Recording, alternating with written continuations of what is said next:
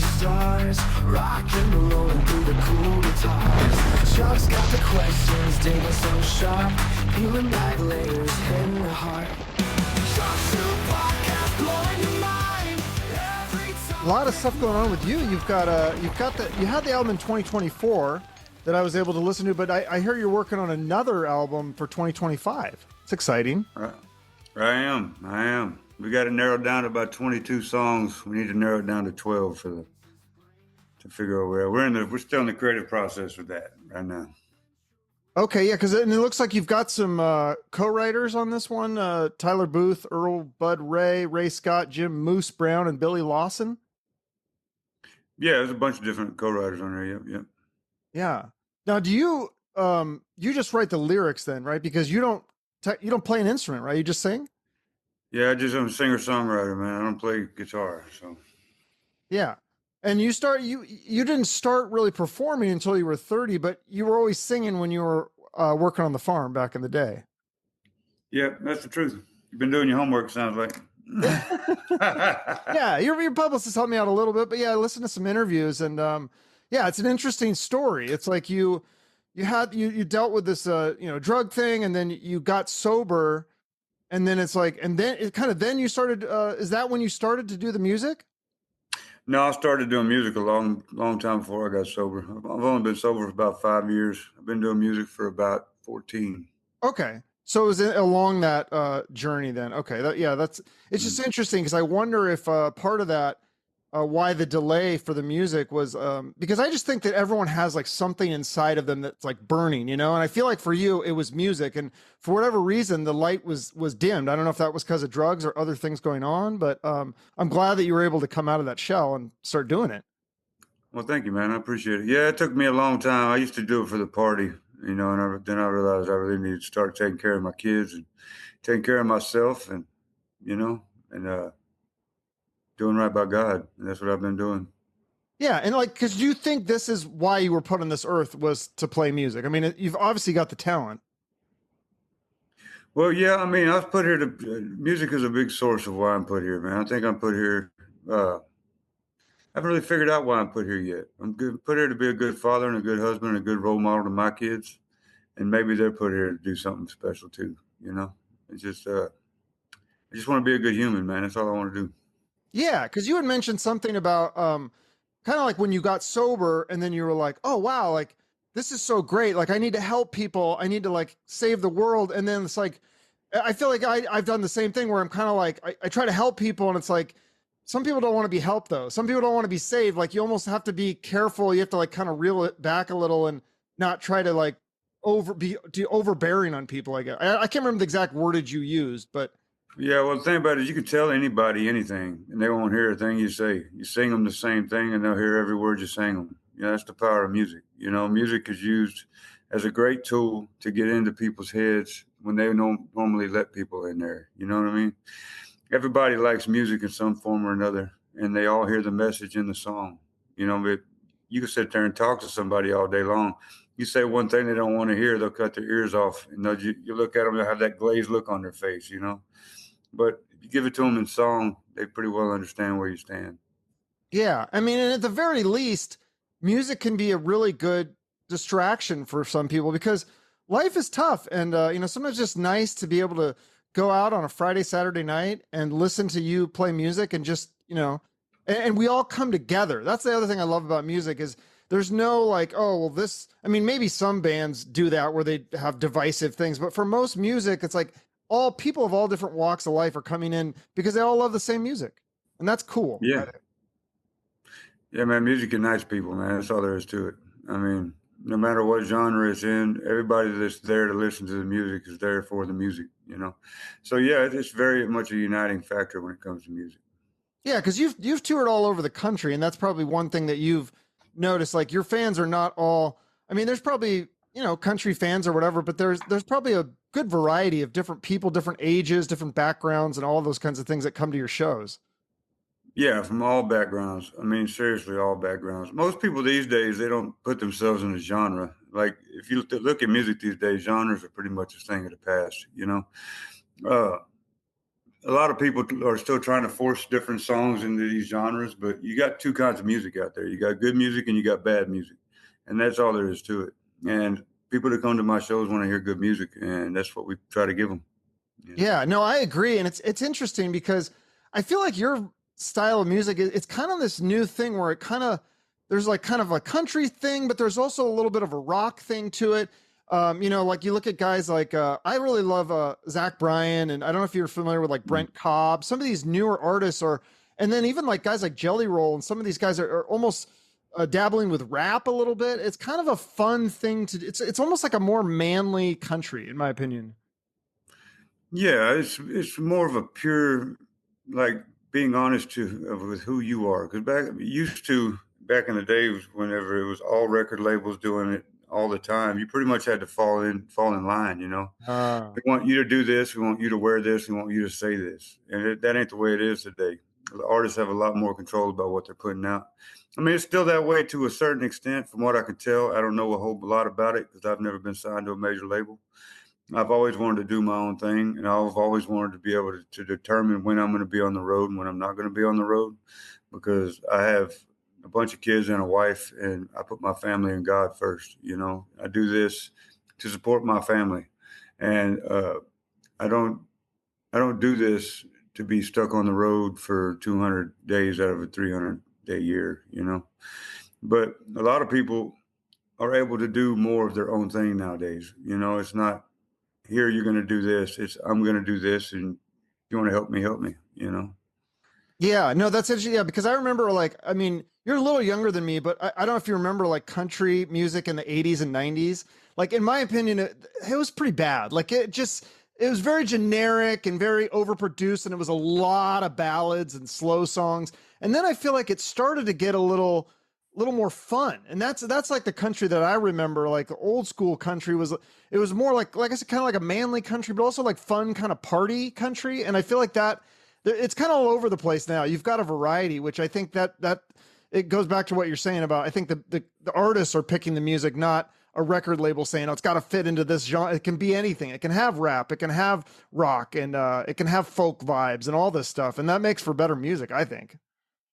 Yeah, I think these days it's just got to be good. I mean, it doesn't really have to fit in any kind of genre. It just has to be good, because if it's good, they'll promote it. If it ain't good, they ain't going to promote it. You know, it's just, I think that's the way it's been going these days, because, man, there's so many different people out there listening to music these days, and they all like something different.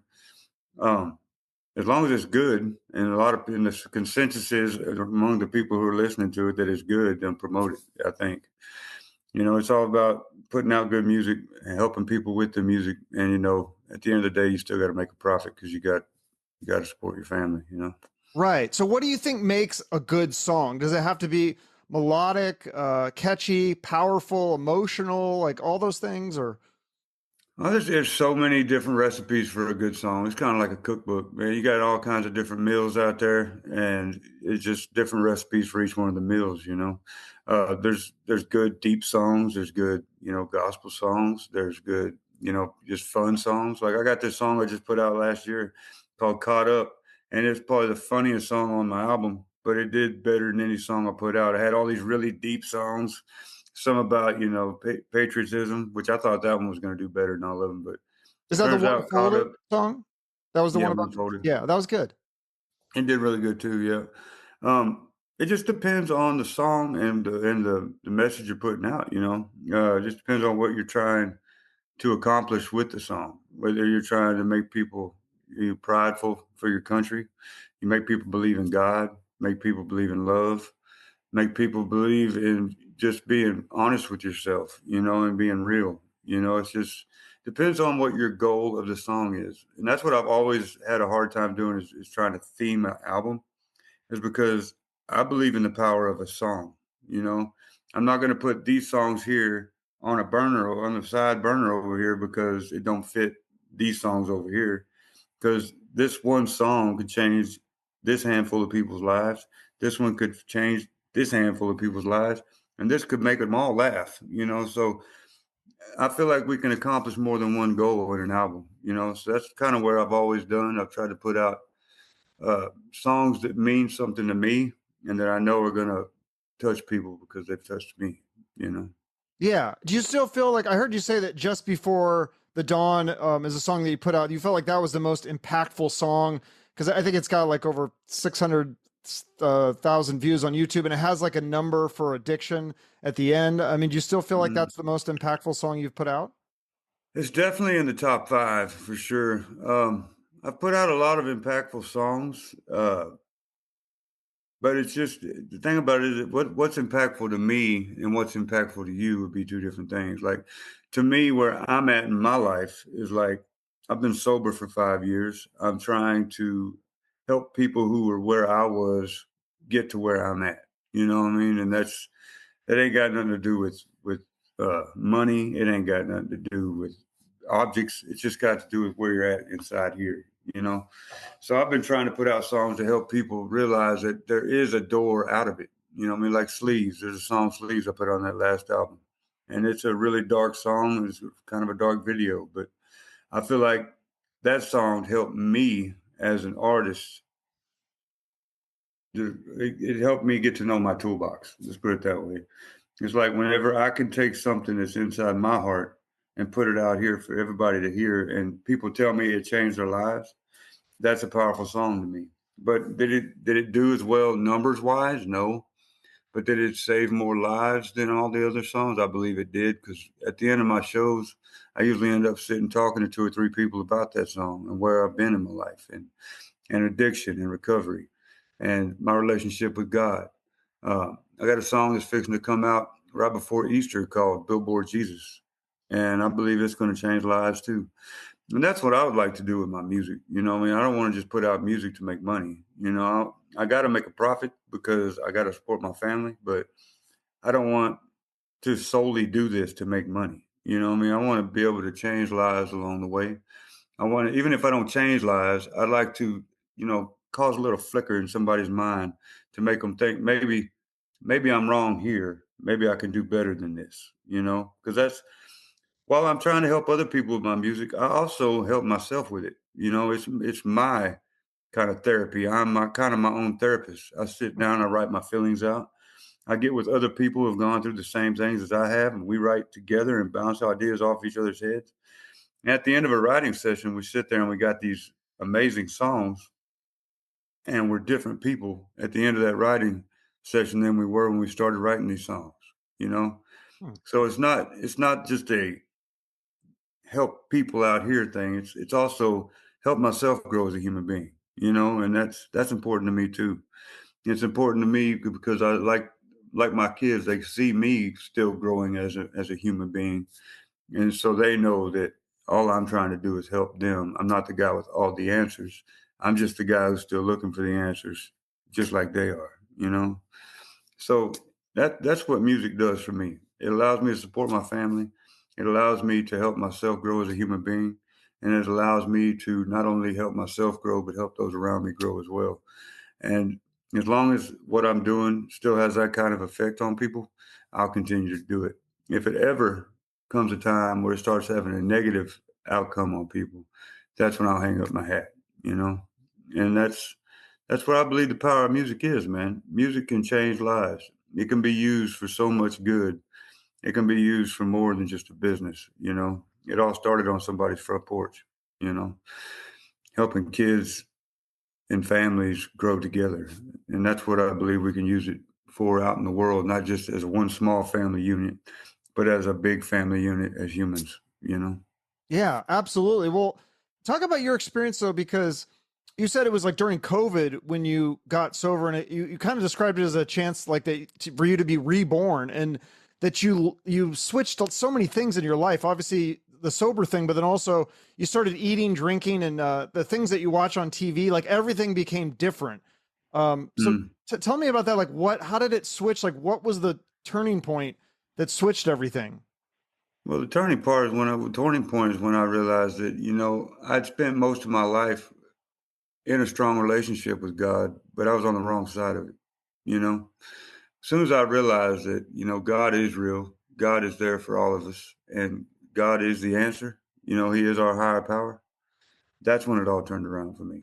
You know, from that point, everybody gets kind of caught up in the sober aspect of things, and that's important. Being sober is very important. It really is. But I thought, okay, now I'm sober. It's over. Okay, I did it. I'm done. You know, but that's not the truth. From that point on, you had all these gaps that that you left in your life from where you used to do drugs and drink and party and spend time doing things mischievous and all this other stuff. You know, and now you got all these gaps to fill, and you got to find productive things to do with them and good things to do with them. And you got to realize that you spent a lot of years tearing your health apart. You know, so now you got to start eating right. You got to start drinking right. You got to give up a lot of the, I'm not going to say you have to give up the good times, because a lot of the things that you led yourself to believe were good times weren't really what was causing the good time. You know, it's kind of more of a roadblock, because I can still sit around with people who are drinking and doing what they're doing and have just as good a time as they are sober. You know what I mean? I just got a bottle of water in my hand. That's it. You know, I've had so many good times. Like, I've did things I never thought I would, like go hiking up in the mountains. I hiked out in the Swiss Alps. I jumped out of an airplane in Austria. You know, it was just all these crazy things. I started taking my wife out to do nice things. It got to where we was kind of having these monotonous dates, going out to eat at different restaurants and stuff. But now we're starting to where we're going to plays and stuff like that, and just spending a little time on us, getting away from the parent thing and into the relationship thing a little more. Not to say that we're not still doing the parent thing, but you got to take time out for yourselves sometimes. So we're going to this play here when I get back from Arizona. We're going to this play called The Thorn, and it's the story of Jesus Christ. And it's supposed to be a really great Broadway play, and we're going to see this. And it's things like that. You just got to fill the gaps with things that, you know, kind of make you feel alive. Like going out to shows, we went to a nitty gritty dirt band concert not long ago. And that was cool. You know, it's just finding things to fill the gaps with is the most important thing about sobriety, because you get used to filling your time up with things that are bad for you. Then you got to turn it all around and do things that are good for you, not only just as your health, but are good to be you seen be doing. You know, I mean, like, I don't want my kids seeing me do bad things, because that alone gives them permission to do bad things. You know, I want my kids to see me being helpful to people, being inspirational to people, telling people to do the right things and not being underhanded in any way, being honest, having integrity, that kind of thing. You know, it's a long, hard battle, and I haven't figured it all out yet. But I figure as long as you keep on the right side of God and you do right by Him, He'll do right by you, and you'll continue to grow as a human being. My biggest thing right now that I'm trying to conquer is my anxiety. You know, and my anxiety is it's something that I've had to deal with my whole life, and I used to self-medicate it, and now I have been trying to go through exercises to calm myself down, like realize that all these things that I'm making up in my mind are just being made up in my mind. They're not real. You know what I mean? Like, anytime I'm fixing to face something, I make up the worst possible outcome, you know, and I make that a reality. And I've been trying to really not do that as much.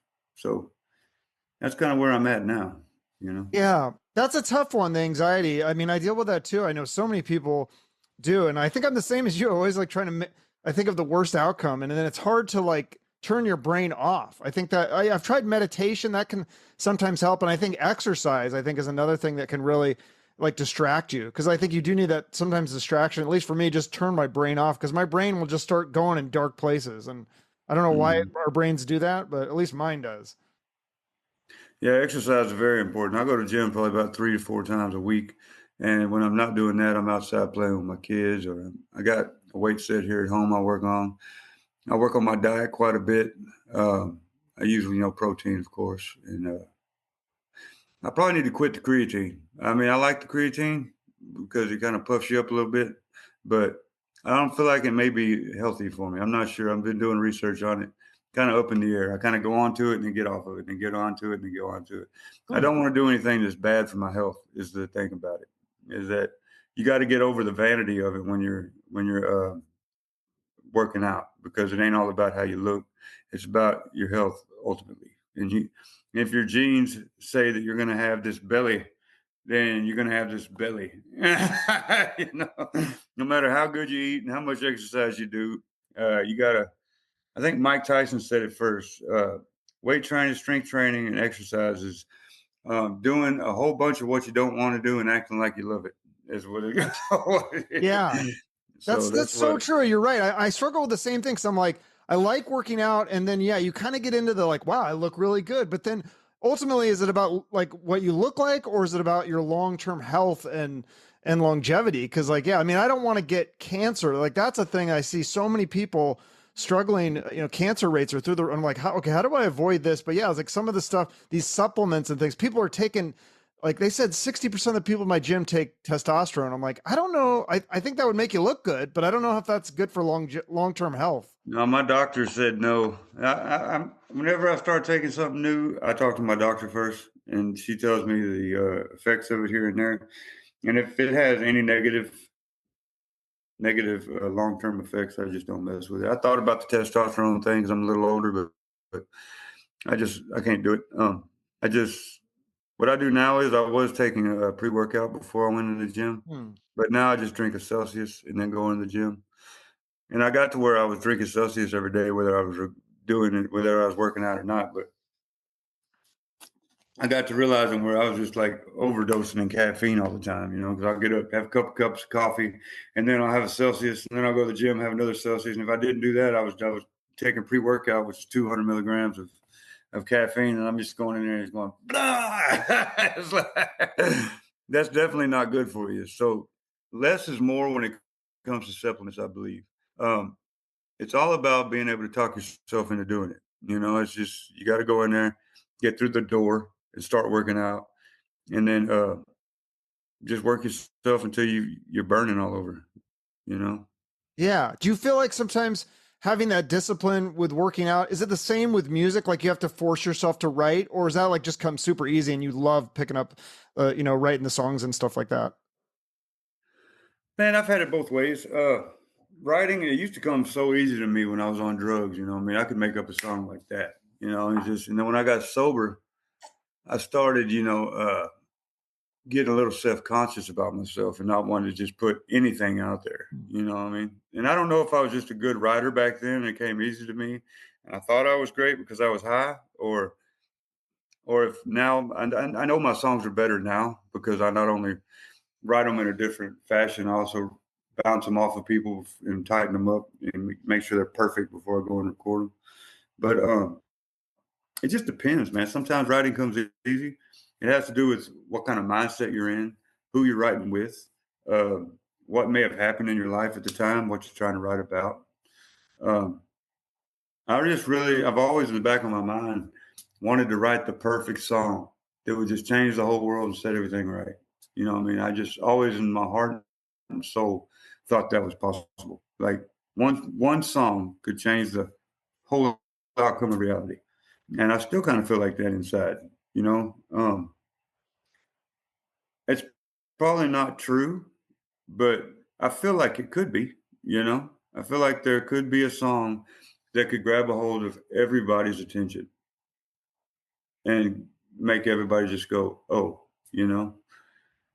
but I don't believe that any man could write that song. I think that song will exist one day at the end, but for right now, I'm just trying to do my part writing songs I write and hopefully changing little parts of the world as we go along. Have you ever written a song about like anxiety and and worry and stuff like that? Because I feel like I could relate to that. So I'm sure a lot of people could relate to something like that. Like that might be very powerful. That's probably a pretty good idea there. It's just, I feel like there's a lot of people right now, I feel like we got this really strong sober movement going on. I'm seeing Jesus pop up in everybody's music right now. I'm seeing mental health brought up a lot. I'm seeing a lot of things I like going on right now. It's just coming in the most unorthodox manners sometimes. And I feel like we're just at this crazy crossroad in life right now. It's just Music is so different than it used to be. Life is so different than it used to be. It's just I don't know where we're going right now as a species. You know, it's just I feel like within the next 20 years we'll understand a little more than what we understand now. But I feel like right now we're kind of coming out of our cocoon. You know what I mean? It's like we were we were this for many, many years and now we're turning into this and we don't yet know what this is, you know. All I know is that music's going to play a big part in it, and I want to be a big part of that. And I'm going to do the best I can with it. Yeah, no, I think you're doing great. I love the music that I've heard so far. I can't wait to hear the new stuff. Is there a potential date on when that would come out or? I'll go into the studio on the 21st, 22nd. 22nd, I go in the studio, and by then I'll have all these songs that right now I got probably about 1 2/3 of an album. I got one album, probably 2/3 of another. And I just got to figure out which songs I'm using on this one that I'm doing now and which songs I'm saving for this one over here. And it's but by the 22nd, I'll know which ones I'm recording. I'm really, really optimistic about this album. It's something different I've ever done. It's going to be a lot of really good songs that mean a lot to me, and I've bounced them off of more people than I've ever bounced any of my music off of. So I know I'm headed in the right direction. So I'm What's really looking different forward to about it. I it? don't know when the release date is. Yeah. Huh? How is it different Well, though? usually used to when I was like on drugs and stuff, I'd only write about being on drugs. Then I got sober, and for the last few albums I only wanted to do songs about, you know, about following God and being sober. And then I realized, man, all of this is part of my life. You know what I mean? So I got to dip back into this and that and kind of mix it all together and make it this big, real thing. You know what I mean? You don't have to just be on this side of it or this side of it. It needs to be all one thing. So that's what's different about this album is that it touches on so much that means a lot to me. Like all the way from when I was young and making mistakes and where I want to be when I'm old. There's this one song that means a lot to me. I don't want to tell you too much about it, but it's called "I'll See You Soon," and it's about um, an older couple. One of them passes away, you know, and it's really going to be something really special, I believe. It's like when you start crying while you're writing a song, you know there's some power in there, you know, and that's what I've been kind of gearing myself towards. I don't want hollow songs. I want songs that make you feel something. And every song that I've got in front of me right now makes you feel something, whether it be laughter or, you know, pride or, you know, sympathy or empathy or something. And that's what I believe music is supposed to be. It's supposed to be something that makes you go back and listen again just in case you miss something, you know, Yeah. that kind No, of thing. That's what I'm after, that's you know. great. What do you think about Oliver Anthony? Because he had like a viral song a couple of years ago, and that was really resonated with a lot of people. I felt like there was a lot of emotion in that. When you talk about emotion in the song, that's kind of what made me think of that.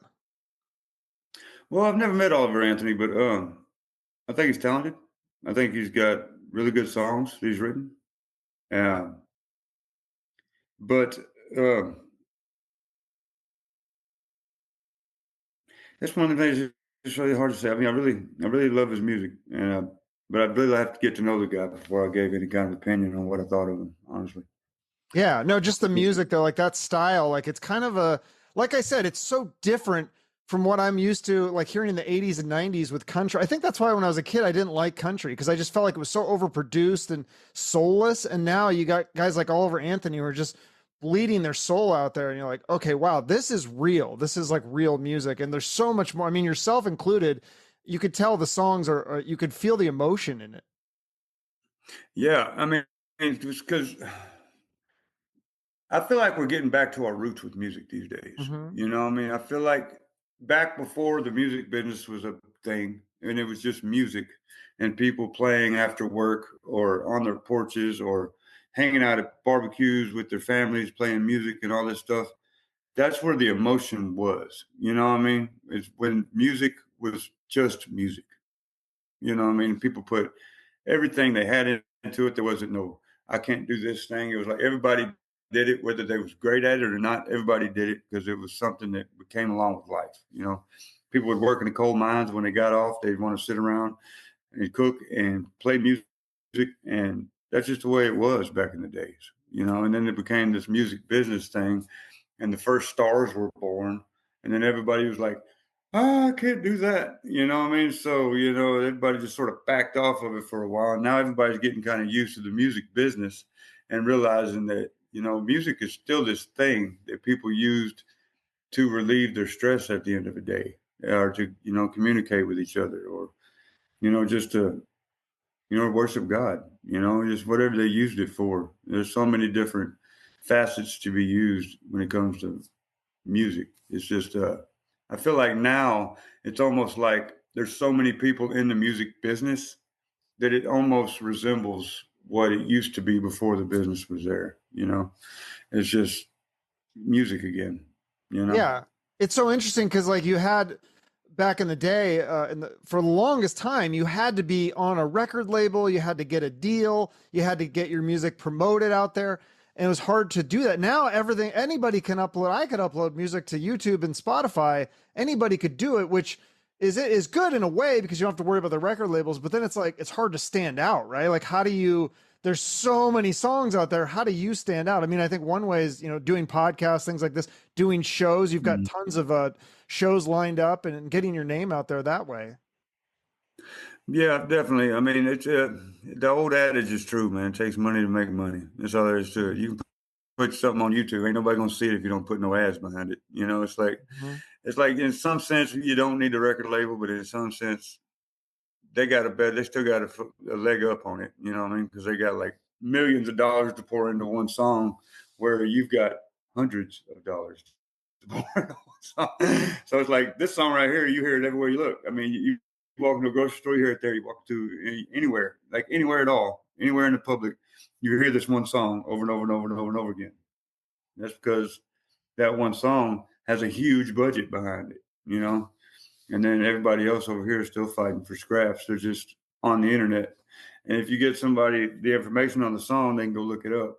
But where we're one at a time in it, and, you know, small ad in it, a lot of people are just pumping it out into every grocery store and library and auto parts store and everything everywhere you're at, where you hear music in the background, you're hearing that music, you know.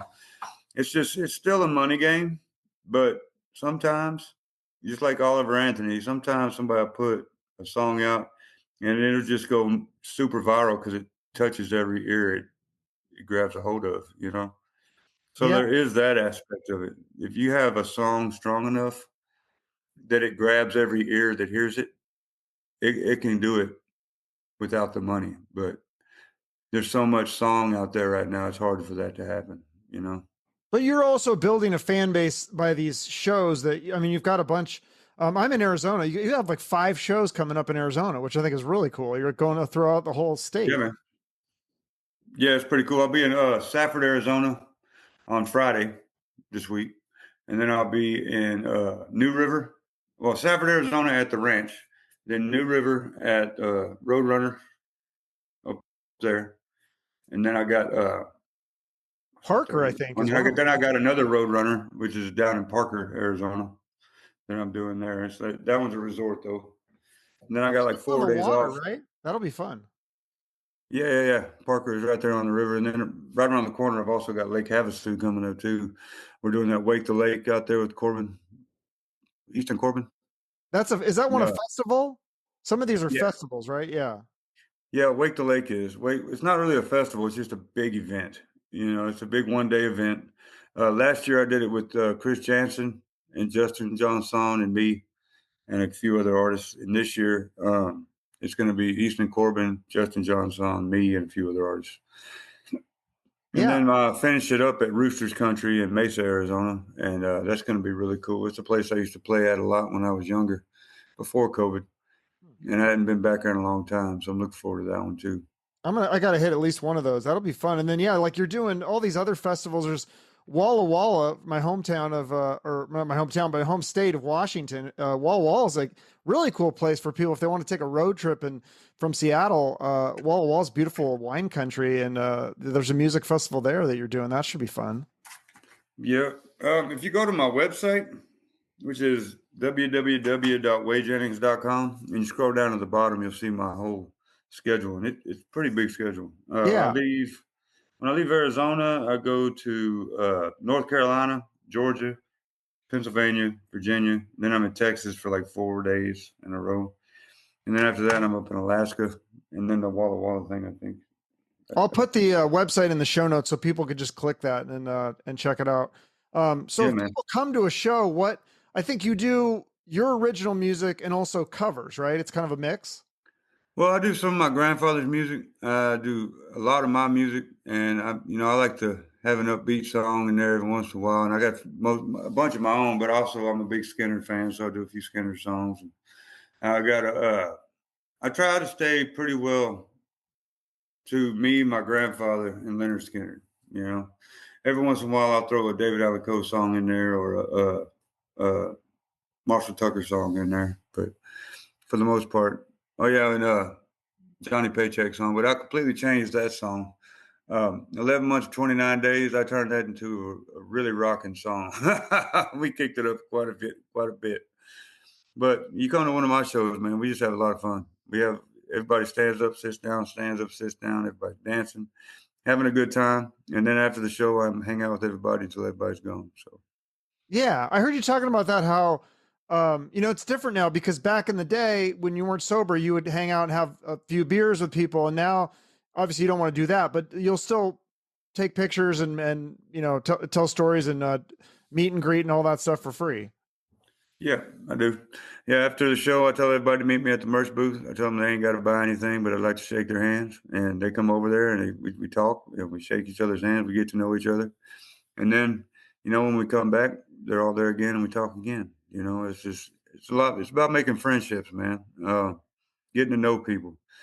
It's better to get to know the people that you're, like I said, I have a strong anxiety. You know what I mean? If you don't get to know the people that you're performing for, you start making things up in your head sometimes, So it's better to get to know everybody and talk to everybody and, do one-on-one meet and greets. I love it. That's very cool. Well, thank you so much for doing this. And again, I'll put the website in the show notes so people can just click that and see when you're coming to their town. And then we'll look forward to you've got a bunch of music out now, but there will be more new music coming out this year as well. Yes, sir. Yes, sir. Thank you. All right. Thank you so much. Bye. Have a good day, man. You too. One of a kind, from the rockers to the wise men.